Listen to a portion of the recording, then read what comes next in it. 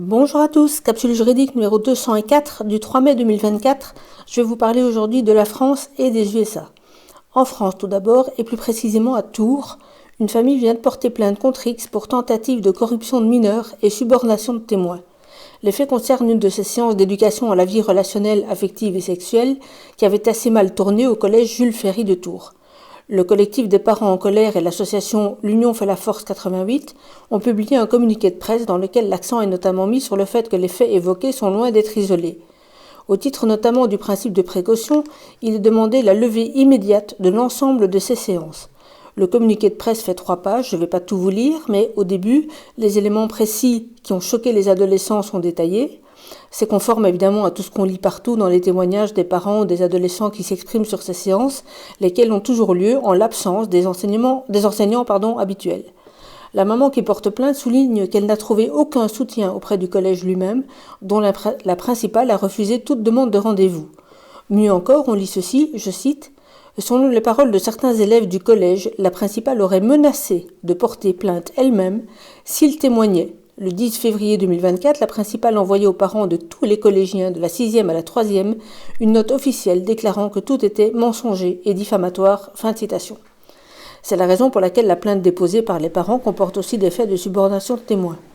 Pour rappel, la subornation de témoins se définit comme ceci, je cite, « Le fait d'user de promesses, offres, présents, pressions, menaces, voies de fait, manœuvres ou artifices au cours d'une procédure ou en vue d'une demande ou défense en justice afin de déterminer autrui, soit à faire ou à délivrer une déposition, une déclaration ou une attestation mensongère, soit à s'abstenir de faire ou délivrer une déposition, une déclaration ou une attestation, est puni de 3 ans d'emprisonnement et de 45 000 € d'amende, même si la subornation n'est pas suivie des faits. Fin de citation, et c'est l'article 434-15 du Code pénal dans la section nommée « Des entraves à l'exercice de la justice ». Et c'est bien subornation de témoins et non pas subordination, comme on lit parfois même d'ailleurs dans certains articles de presse. Alors dans la suite du communiqué, on apprend également que la mère qui a porté plainte a subi d'autres tentatives d'intimidation et des menaces de la part des renseignements territoriaux, puis une convocation pour des faits de diffamation envers une administration publique. Et je vous invite à lire ce communiqué en détail, je mets évidemment le lien sous ma capsule. En France toujours, le 25 avril, le site de France Bleu et France 3 publié un article titré de la façon suivante, je cite, « Covid-19, un joueur du stade Lavallois assigne en justice les laboratoires Pfizer et BioNTech. » Fin de citation. Le sportif, qui se nomme François-Xavier Foumou Tamuso, a été contraint d'arrêter sa carrière professionnelle mi-avril et veut donc démontrer le lien de causalité entre ses blessures et l'injection. D'après l'article, c'est en fait une multitude de blessures dont il se plaint depuis l'été 2021, l'ensemble étant détaillé dans l'article. Une audience est prévue le 2 juillet. Il est défendu par mon excellent confrère maître Éric Lanzaron, dont les propos sont aussi reproduits dans l'article. Il dit notamment ceci, je cite à nouveau, « Depuis 2 ans, mon client est dans une errance médicale et personne n'a émis un doute sur les effets indésirables du vaccin. Alors qu'on sait qu'ils existent aujourd'hui, personne ne peut le nier. Et au fur et à mesure de ses soucis, François-Xavier est allé consulter des spécialistes de médecine interne qui ont émis éventuellement ce doute. Il faut le lever, indique-t-il à France Bleu Mayenne. Le joueur a notamment vu un immunologue infectiologue évoquant cette éventualité. Au total, 4 entités sont assignées en justice. Pfizer Allemagne et BioNTech en tant que concepteurs du vaccin, Pfizer France en tant que fournisseur et la Fédération française de football. Parce qu'au moment où François-Xavier Foumou Tamuso a été vacciné en juillet 2021, la vaccination n'était pas obligatoire. Elle le deviendra plus tard pour les footballeurs professionnels. Je considère que la Fédération française de football a une responsabilité dans cette histoire. Elle a bâti un protocole sanitaire avant même l'instauration d'une loi, poursuit Maître Lanzaron. Fin de citation. Donc très intéressante affaire, à suivre de près, et je vous conseille aussi de suivre le compte LinkedIn de cet avocat, puisqu'il publie régulièrement des infos très utiles. Je mets également le lien sous ma capsule. Aux USA à présent, le 1er mai, un rapport de 881 pages était dévoilé par la commission judiciaire républicaine. Ce rapport concerne les censures graves dont la société Meta, donc Facebook, Instagram, etc., s'est rendue coupable et démontre que cela avait lieu en raison des demandes et de la pression de la Maison-Blanche elle-même. En fait, vous verrez donc que ce n'est pas uniquement Meta, il y a également Amazon et Google.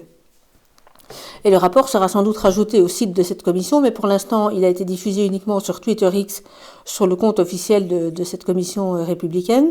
J'en mets le lien sous ma capsule. Alors déjà son titre, qui donne le ton sur ce que contiennent ces 800 pages, 881 pages. Je cite le titre. Le complexe industriel de la censure, comment les hauts fonctionnaires de la Maison-Blanche de Biden ont contraint les grandes technologies à censurer les Américains, les vraies informations et les critiques de l'administration Biden. Fin de citation. Moi qui parfois reçois des remarques quand je propose des titres de plus de 10 mots, j'aurais dû faire du droit aux USA. Alors, j'avoue que 881 pages que j'ai trouvées d'ailleurs aujourd'hui, j'ai pas eu le temps ni pris le temps de vous faire une synthèse, mais j'ai quand même parcouru en diagonale et l'intro, quelques titres dans le corps du rapport, etc. Tout ce que j'ai lu était clair, limpide, avec des lignes de temps, des visuels, des explications, etc. Il est d'ailleurs donc largement question aussi d'Amazon et pas uniquement de Meta. Et déjà, l'enchaînement des titres à partir de la table des matières qui est en page 10 vous donne une petite idée. Donc ça, je vais vous lire les titres. 1. Les dossiers Facebook. A. Février 2021. La Maison-Blanche de Biden commence sa campagne de pression. Facebook augmente préventivement la censure autour de l'origine du virus. Février-mars 2021. La Maison-Blanche de Biden commence à faire pression sur Facebook pour qu'il censure davantage de contenu anti-vaccin. Avril 2021. La Maison-Blanche de Biden intensifie ses pressions sur Facebook pour qu'il censure davantage de contenu anti-vaccin. Juillet 2021. La campagne de pression de la Maison-Blanche atteint son paroxysme. Août 2021, Facebook cède à la pression de la Maison-Blanche et modifie ses politiques de modération du contenu. 2022, Facebook continue de censurer l'hésitation vaccinale et la théorie de la fuite de laboratoire et de fournir des mises à jour à la Maison-Blanche de Biden. 2. Les dossiers YouTube. Avril-mai 2021, la Maison-Blanche intensifie sa campagne de pression sur YouTube pour qu'il censure les contenus pourtant non violents. Juillet 2021, la Maison-Blanche maintient sa pression et signale des exemples qui ne violent pas les politiques de YouTube à l'époque. Septembre 2021, YouTube modifie ses règles de modération du contenu et demande à la Maison-Blanche de Biden de lui faire part de ses commentaires sur les changements proposés. 2022, YouTube continue de collaborer avec la Maison-Blanche sur les politiques de désinformation pourtant sans rapport avec le Covid-19. 3. Les dossiers Amazon. 2 mars 2021, la Maison-Blanche de Biden critique Amazon pour ne pas avoir censuré des livres. 2 au 8 mars 2021. Amazon débat en interne de la manière de gérer la pression, entre guillemets, de la Maison-Blanche de Biden. 9 mars 2021. Amazon modifie sa politique en matière de livres en raison des pressions exercées par la Maison-Blanche. Épilogue. Les conséquences dévastatrices de la suppression de la liberté d'expression. Voilà, ça c'était juste la table des matières, donc ça vous donne quand même une petite idée, et je vous suggère très vivement de jeter un œil sur ce rapport. Il y aura sûrement des vidéos de personnalités diverses qui vont venir le commenter, donc si c'est le cas, je ne vais pas en parler dans chaque capsule, mais je vous donnerai les liens sur mon canal Telegram, sur lequel je vois que vous êtes pour l'instant un peu plus de 12 000. Essayez de doubler, franchement, diffusez ça partout, essayez de doubler le nombre de personnes qui suivent, et de manière à ce qu'on continue à ouvrir les yeux des gens. Voilà, et sur ce, je vous souhaite un bon week-end, reposez-vous bien, tenez bon, et à bientôt, au revoir.